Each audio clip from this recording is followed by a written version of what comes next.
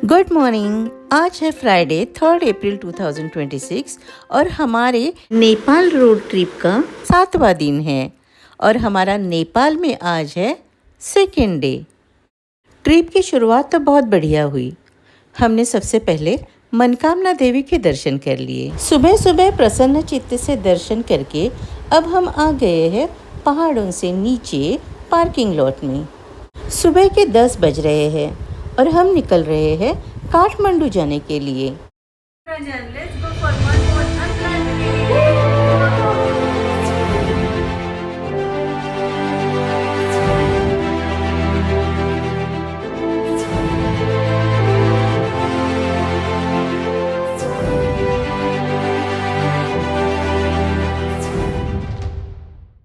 मनकामना देवी के मंदिर से काठमांडू 103 किलोमीटर दूर है। यहाँ का रास्ता बहुत ख़राब है। सब जगह पर रोड का काम भी चल रहा है। ट्रैफिक भी बहुत हेवी है। बहुत धीरे धीरे जाना पड़ रहा है। बिरजुंग से मुंगलिंग तक का रास्ता बहुत अच्छा था, मगर ये रास्ता जैसे ही हम मनकामना देवी से बाहर निकले तब से ख़राब है और बोल रहे हैं कि ये पूरा रास्ता काठमांडू तक इसी तरह से है। हाँ, यहाँ पर नज़ारे तो बहुत ही सुंदर है। साथ ही साथ में त्रिशूली नदी भी बह रही है।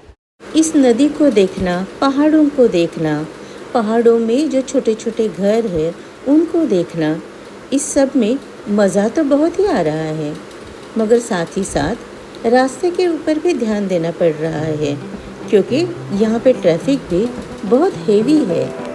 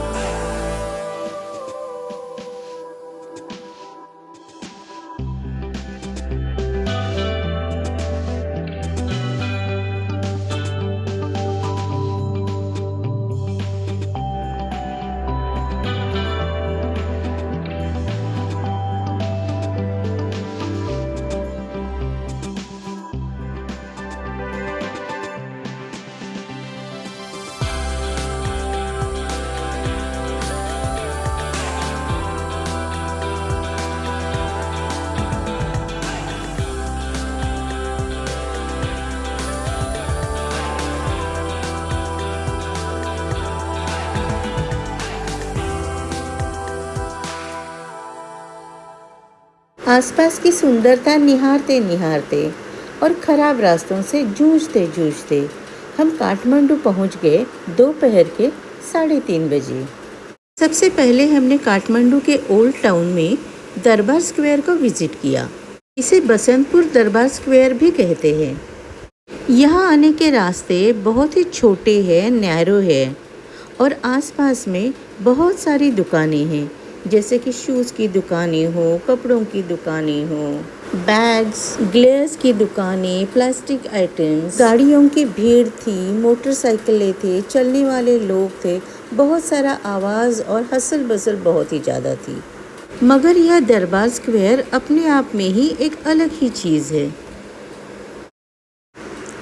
ये जगह 12 to 18 सेंचुरी तक नेपाल के राजा की राजधानी हुआ करती थी। यहाँ का प्रमुख आकर्षण शाही महल है।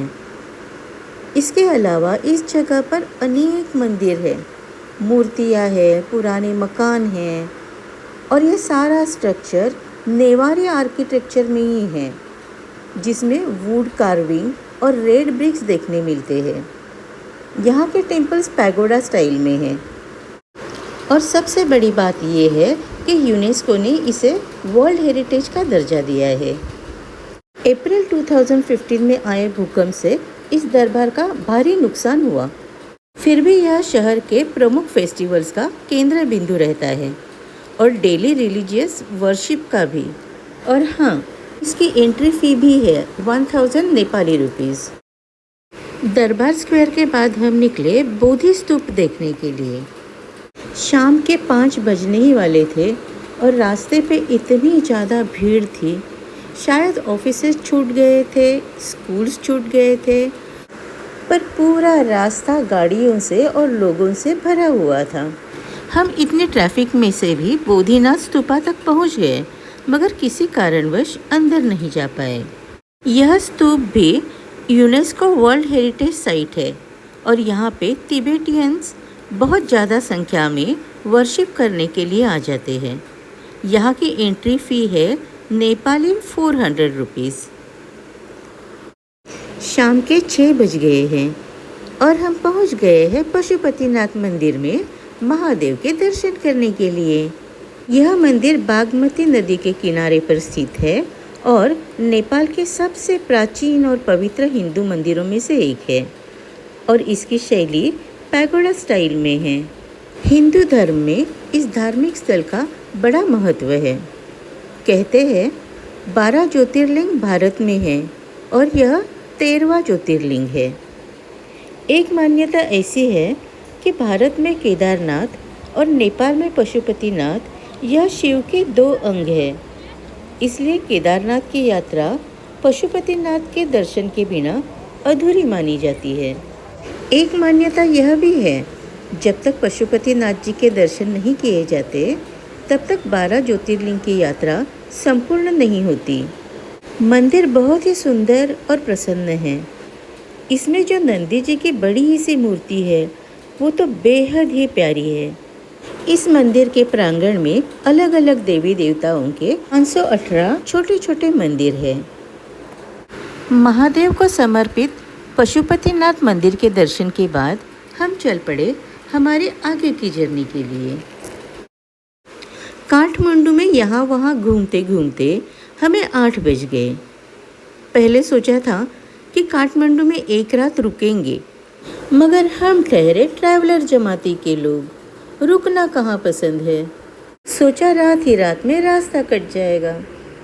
काठमांडू से पोखरा 200 किलोमीटर दूर है और मैप तो दिखाता है कि आप 6-6.5 घंटों में पहुंच जाओगे, मगर रोड की हालात देखते हुए हम समझ गए थे कि कम से कम 8 घंटे तो लग ही जाएंगे। तो हम निकल पड़े पोखरा जाने के लिए। सोचा था सुबह सुबह पोखरा पहुंचेंगे। पोखरा में जाकर अच्छा सा होटल देखकर चेक इन करेंगे, फ्रेश हो जाएंगे, थोड़ा आराम करेंगे और फिर घूमने निकलेंगे। ये था हमारा प्लान, मगर हमारा ये प्लान बस प्लान ही रह गया। रात के 10:30 बजे मुगलिम के पहले जो जाम लगा वो सीधे सुबह 4 बजे धीरे धीरे छूटने लगा। क्या रीज़न था, क्यों जाम था, कुछ समझ में नहीं आया। आजू बाजू में पूछने पे किसी को कुछ पता भी नहीं। रात भर अब खुलेगा बाद में खुलेगा, इस चक्कर में सो भी नहीं पाए। चलते चलते मन में आया कि क्यों ना आज पोखरा के बदले चितवन चले। सुबह का वक्त है और चितवन नेशनल पार्क को विज़िट करना अभी ही सुबह सुबह ही ठीक रहेगा, ठंडा भी होगा। आज पूरा दिन चितवन करके फिर रात को पोखरा आ जाएंगे और फिर परसों मुक्तिनाथ के लिए निकलेंगे।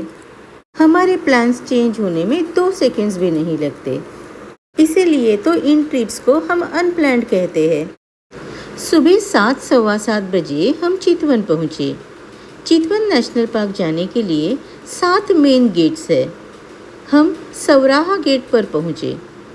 सामने ही जो पहला टूरिस्ट ऑफिस दिखा, हमने वहाँ पर गाड़ी रोक दी और जीप सफारी बुक कर ली। थे तो हम दोनों ही, मगर हमने फुल जीप बुक की थी।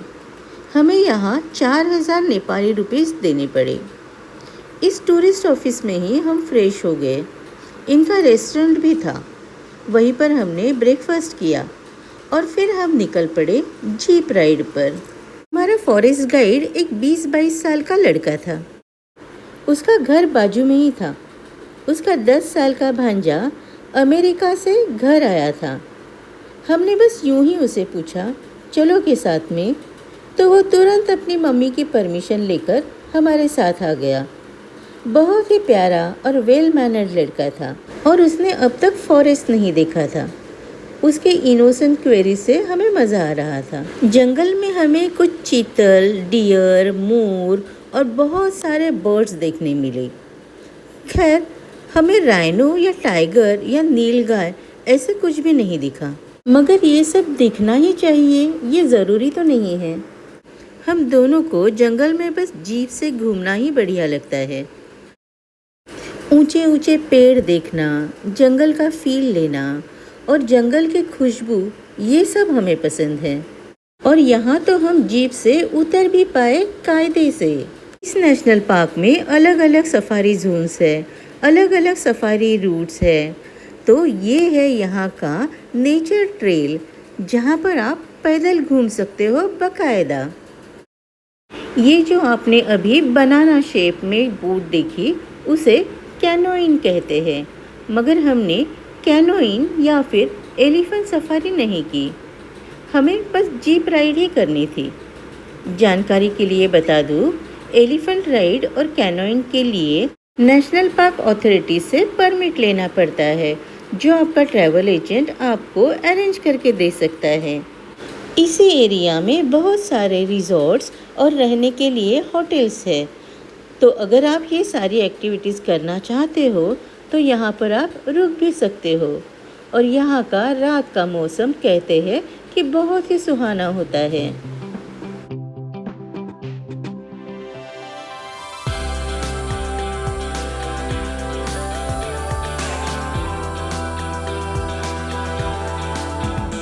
चितवन नेशनल पार्क के बफर जोन में एक बहुत ही सुंदर लेक है, 20,000 ताल। भरतपुर से 5 किलोमीटर दूर और हाईवे से बिल्कुल ही एक्सेसिबल, ये ताल बिल्कुल शांत जगह है और पेड़ों के बीच ऐसे छुप के बैठा है मानो चितवन का कोई सुंदर सा सीक्रेट हो।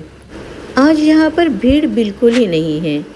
हमारे अलावा एक लड़कों का ग्रुप आया है और कुछ थोड़े बहुत बाइक्स है, बस इतने ही लोग हैं। यहाँ की चिड़ियों की आवाज़ बेहद सुकून देने वाली है।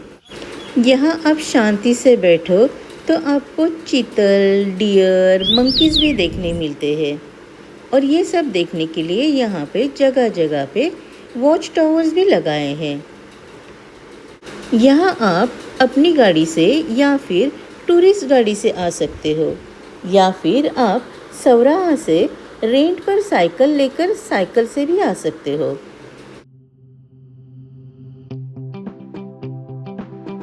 यहाँ की एंट्री फी है 100 नेपाली रुपीस पर पर्सन और 4 व्हीलर के लिए 300 नेपाली रुपीस।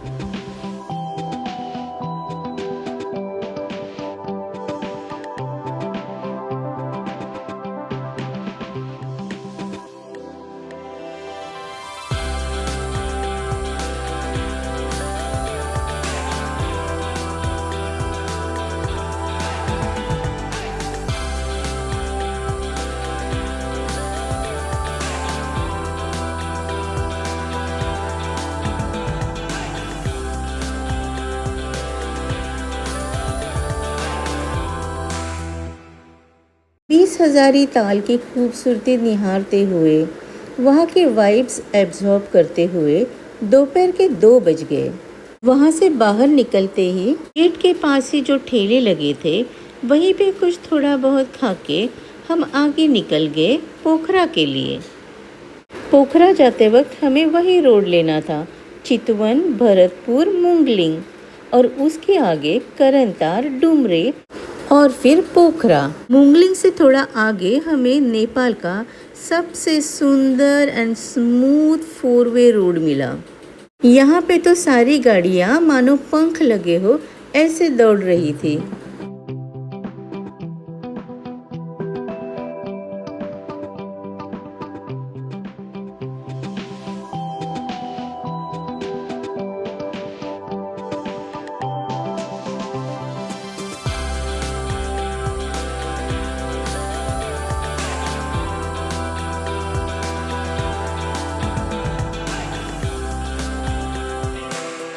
इन्हीं सुंदर रास्तों से होते हुए हम पोखरा 5 बजे पहुंच गए और कहानी में एक बार फिर ट्विस्ट आ गया। हमने पोखरा का नाइट स्टे कैंसिल कर दिया और सोचा और थोड़ा डिस्टेंस हम काट सकते हैं। हमने फ्यूल स्टेशन पे गाड़ी में डीजल फुल कर लिया, टायर्स में नाइट्रोजन चेक कर लिया और हम निकल पड़े मुक्तिनाथ के लिए। ये रास्ता बहुत ही कठिन रहने वाला है, अपने लद्दाख के जैसे। मगर वो सारी कहानी आपको मैं बताऊंगी अगले व्लॉग में। तब तक के लिए हमारे साथ जुड़े रहिए, आपका प्यार बरसाते रहिए और हाँ, कमेंट बॉक्स में आपके कमेंट्स भी भेजते रहिए।